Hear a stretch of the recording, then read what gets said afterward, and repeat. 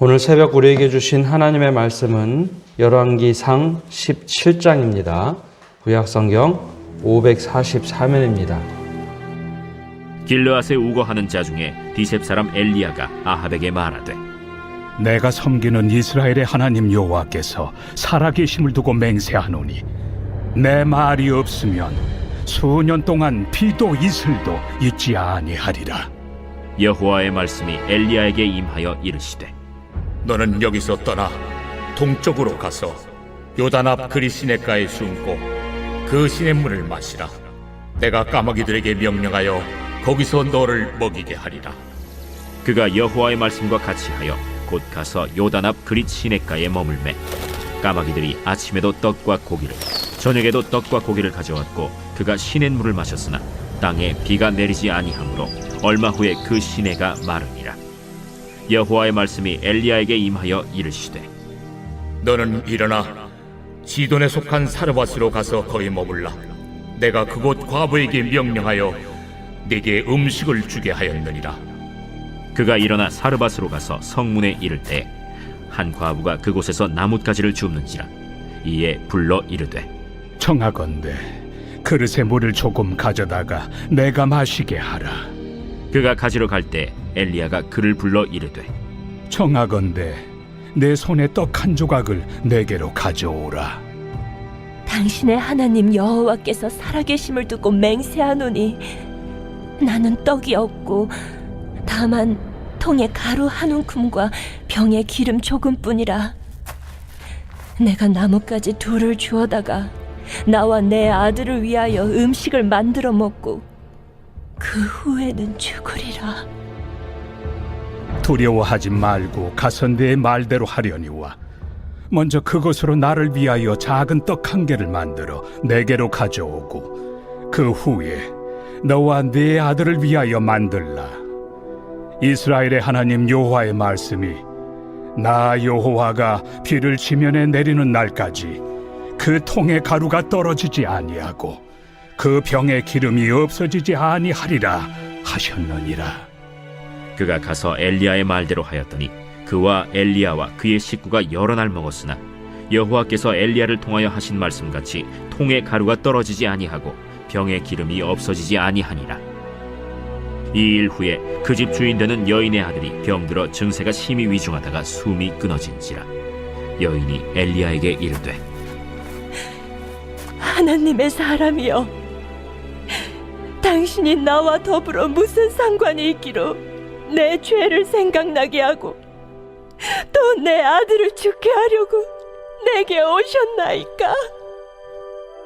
엘리야가 그에게 그의 아들을 달라 하여 그를 그 여인의 품에서 받아 안고 자기가 거처하는 다락에 올라가서 자기 침상에 누이고 여호와께 부르짖어 이르되, 내 하나님 여호와여, 주께서 또 내가 우고하는 집 과부에게 재앙을 내리사 그 아들이 죽게 하셨나이까 하고 그 아이 위에 몸을 3번 펴서 엎드리고 여호와께 부르짖어 이르되, 내 하나님 여호와여, 원하건대 이 아이의 혼으로 그의 몸에 돌아오게 하옵소서.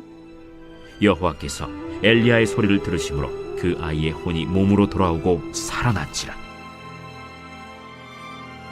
엘리야가 그 아이를 안고 다락에서 방으로 내려가서 그의 어머니에게 주며 이르되, 보라, 내 아들이 살아났느니라.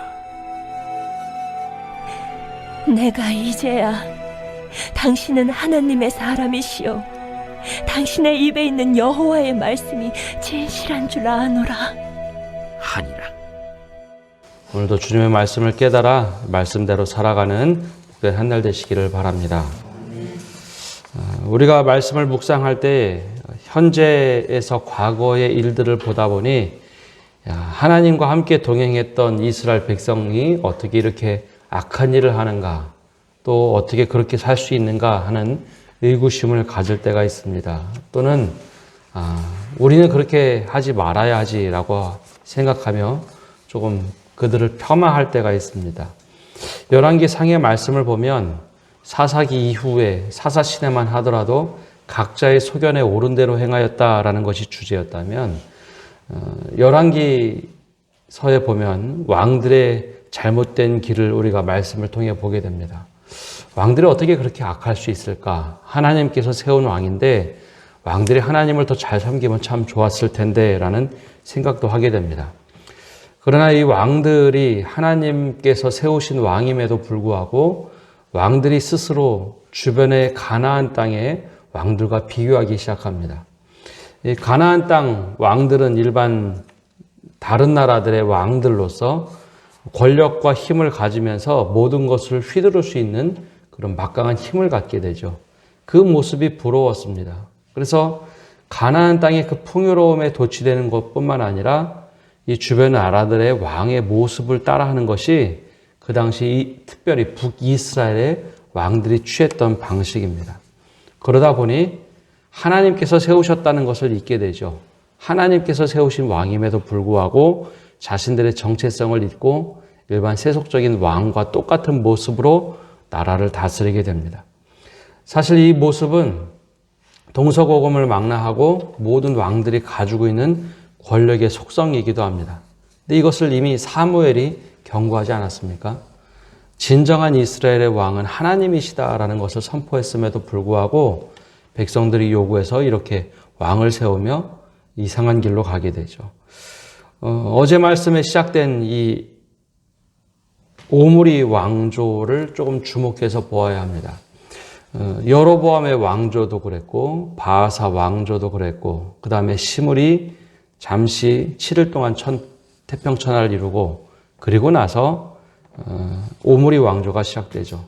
문제는 점점 가면 갈수록 악한 왕들이 등장하기 시작한다는 겁니다. 이 전에 있던 왕들보다도 훨씬 더 악한 왕들이 나타나게 되죠. 그 중에 오므리는 12년을 그리고 아합 왕은 22년을 통치하게 됩니다. 근데 여기가 단명하는 것이 아니라 왕조 중에는 굉장히 긴 시간을 통치하게 됩니다.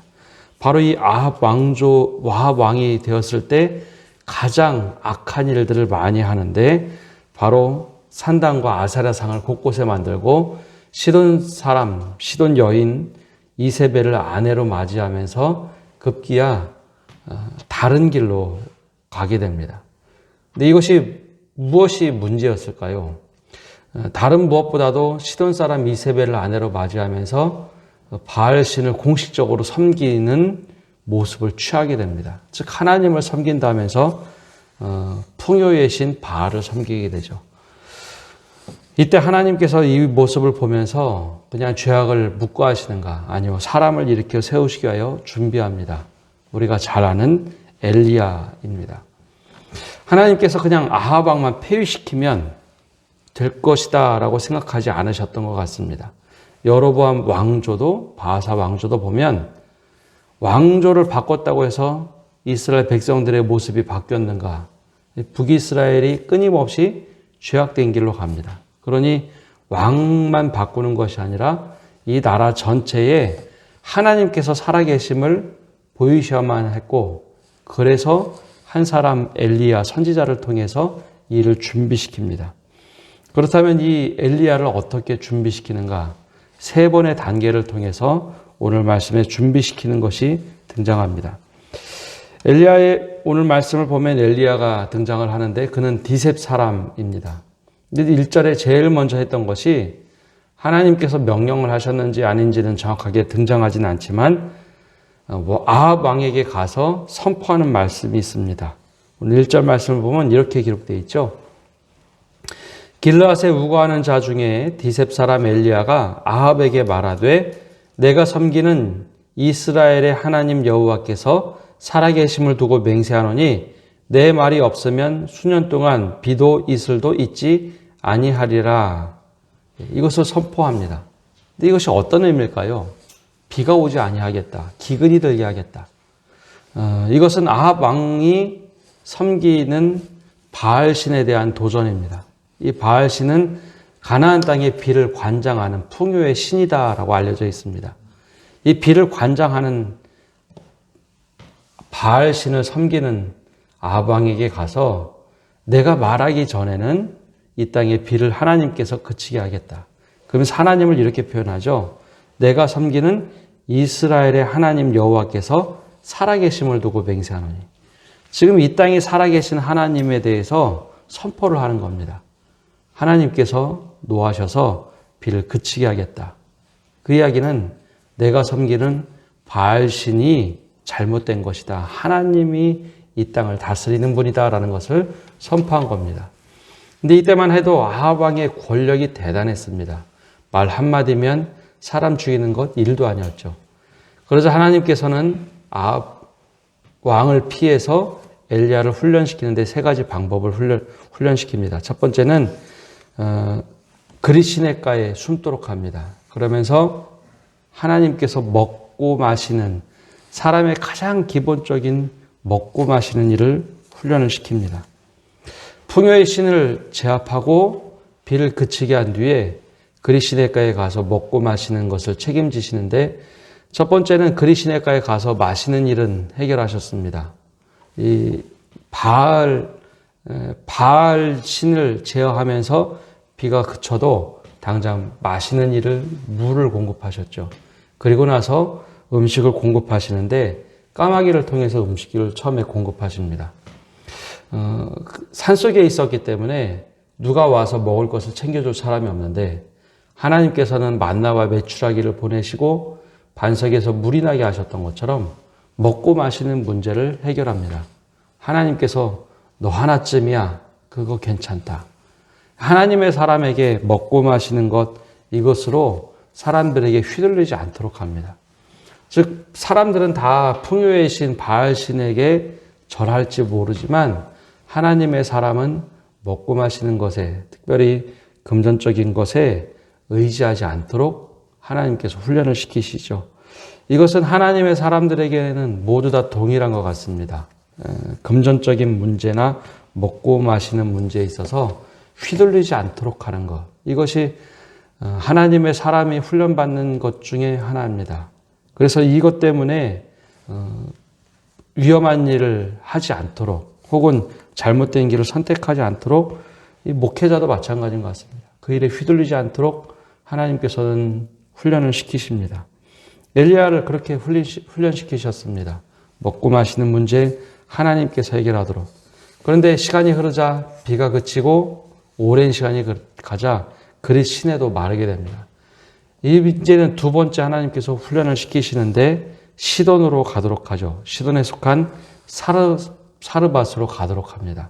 근데 그곳에 한 과부를 만나게 될 텐데 과부가 너에게 음식을 주리라 라고 말씀을 하십니다. 근데 우리 눈에는 그냥 시돈 사르밧 과부를 만났나 보다 하지만 오늘 17장 바로 앞에 16장 마지막 부분을 설명하면서 이런 이야기가 나옵니다. 이세벨을 맞이하는데 이세벨은 시돈의 사람입니다. 시돈 지역에서 나왔던 사람이 바로 이세벨입니다. 그럼 시돈은 어떤 곳인가요?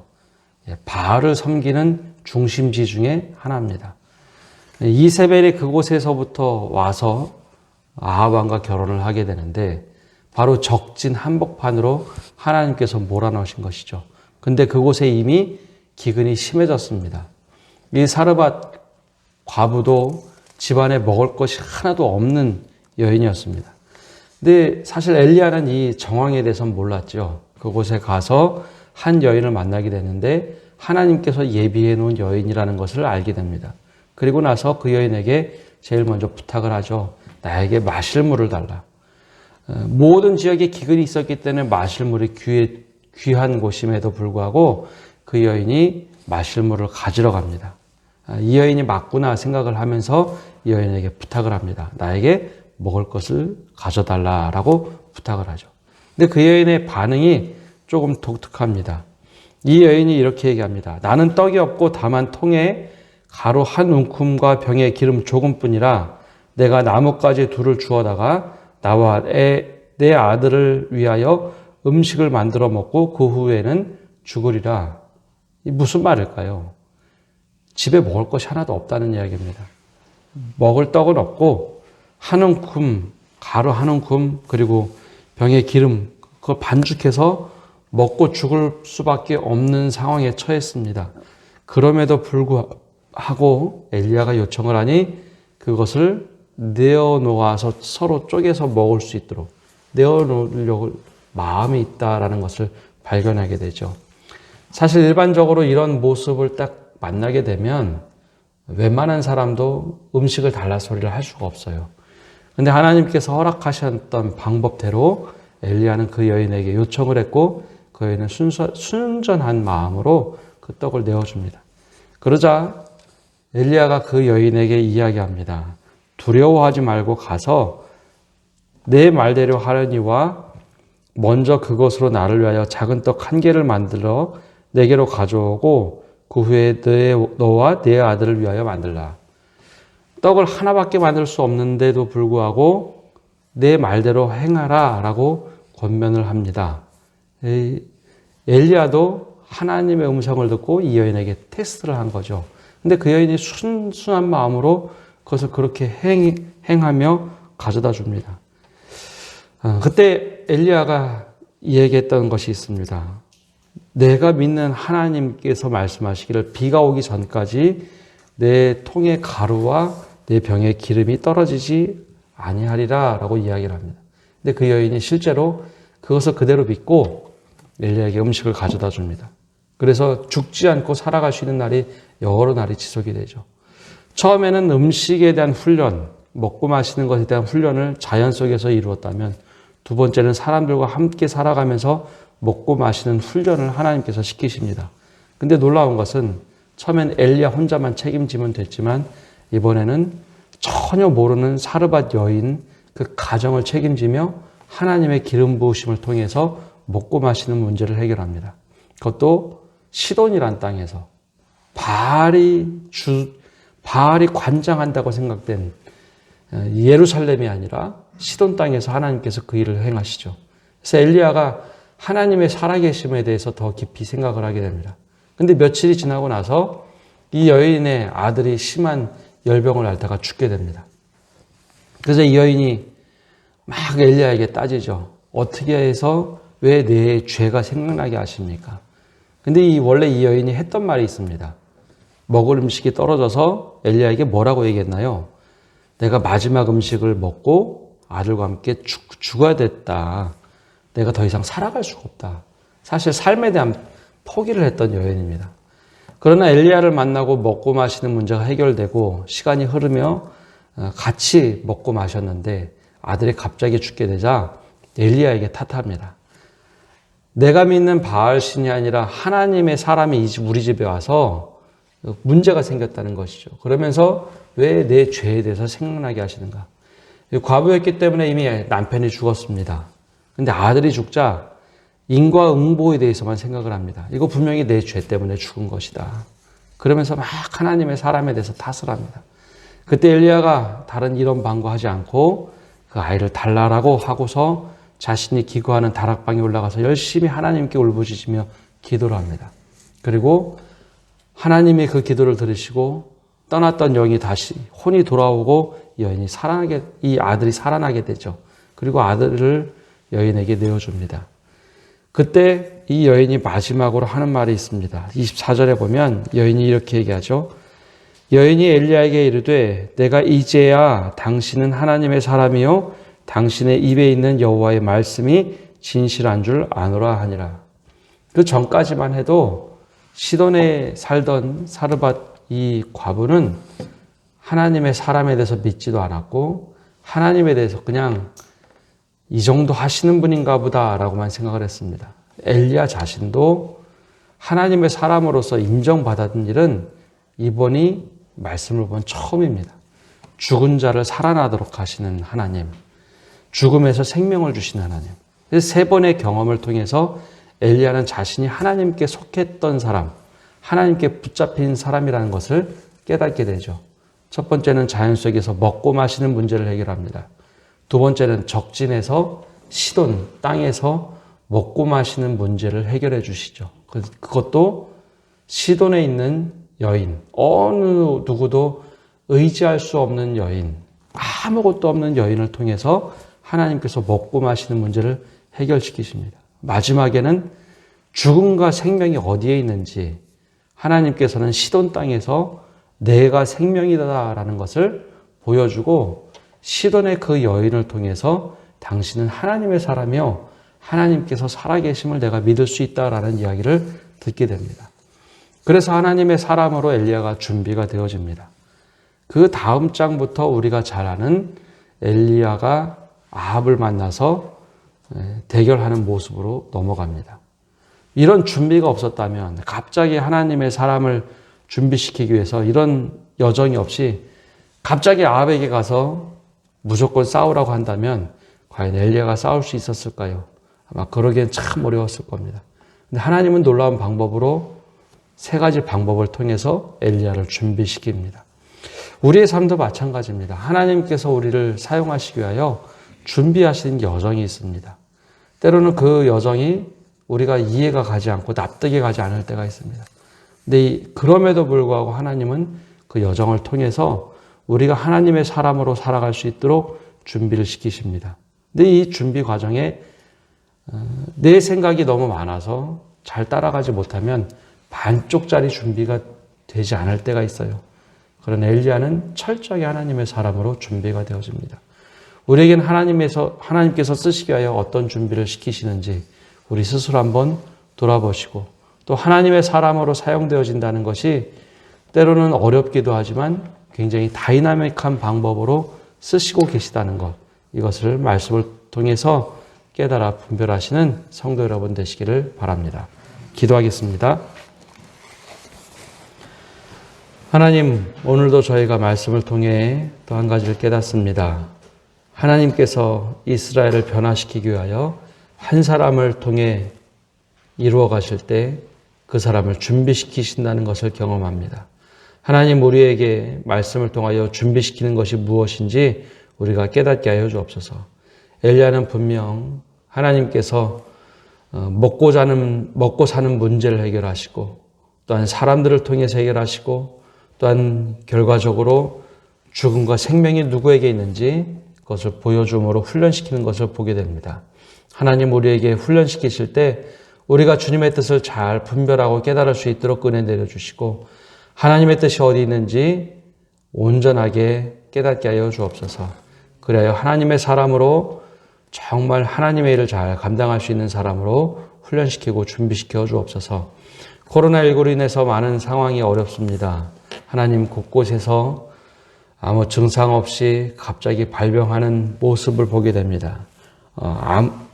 어떤 악한 행동이 아니라 하나님, 이 바이러스가 점점 퍼지고 있지만 이 상황 속에서 그리스도인으로 살아간다는 것이 무엇인지 깨닫게 해주시고, 생명이 하나님께 속해 있음을, 또한 하나님께 붙잡힌 사람들로 어떻게 살아가야 될지, 또 어려움을 당한 이들에게 어떻게 하나님의 사랑을 증거해야 될지 깨닫게 하여 주옵소서. 오늘 한 날도 주님께 모든 것을 맡겨드리며 예수님의 이름으로 기도합니다. 아멘.